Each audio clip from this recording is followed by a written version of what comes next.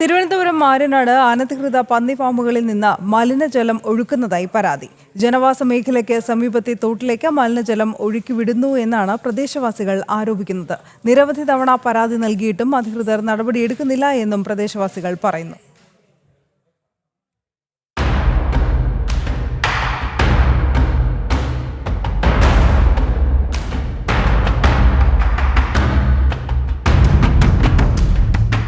ആര്യനാട് ഗ്രാമപഞ്ചായത്തിലെ കോട്ടയ്ക്കകം ഹൗസിംഗ് ബോർഡിന് സമീപം മൂന്നാറ്റുമുക്കിൽ അനധികൃതമായി പ്രവർത്തിക്കുന്ന 2 പന്നി ഫാമുകളിൽ നിന്നാണ് മലിനജലം തോട്ടിൽ ഒഴുക്കിവിടുന്നത്. കരമനയാറിന്റെ കൈവഴിയായ തോട്ടിലാണ് പന്നി മാലിന്യം ഒഴുക്കിവിടുന്നത്.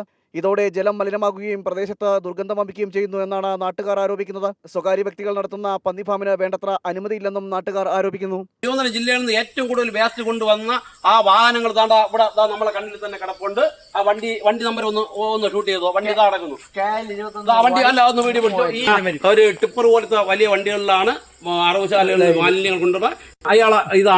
അയാൾ സിറ്റിയിലാണ് താമസം. ഇതിലാണ് ഈ വേസ്റ്റ് ഈ 3 വണ്ടി ടിപ്പർ ഉൾപ്പെടെ 3 വണ്ടിയിലാണ് വലിയ കണ്ടെയ്നറിലാണ് കൊണ്ടുവന്നത്.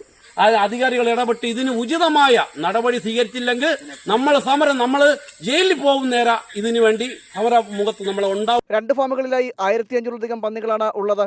പന്നികളെ പാർപ്പിക്കുന്ന ഇടം വൃത്തിഹീനമായിട്ടാണ് കിടക്കുന്നത്. വിവിധ ഹോട്ടലുകളിൽ നിന്നും പച്ചക്കറി കടകളിൽ നിന്നും ശേഖരിക്കുന്ന ഭക്ഷ്യാവശിഷ്ടങ്ങളാണ് പന്നിക്കായി നൽകുന്നത്. കൃത്യമായ രീതിയിൽ മാനദണ്ഡങ്ങൾ പാലിക്കാതെയാണ് ഇവ ഫാമുകളിൽ എത്തിക്കുന്നതെന്നും പ്രദേശവാസികൾ ആരോപിക്കുന്നു. മഴ കൂടി പെയ്തതോടെ പ്രദേശത്ത് ജീവിക്കാൻ കഴിയാത്ത സ്ഥിതിയായി. കൊതുക് മുട്ടയിട്ട് പെരുകുന്നതും ദുർഗന്ധം വമിക്കുന്നതും മൂലം പകർച്ചവ്യാധികൾ പിടിപെടുമോ എന്ന ആശങ്കയിലാണ് പ്രദേശവാസികൾ. ജനം, തിരുവനന്തപുരം.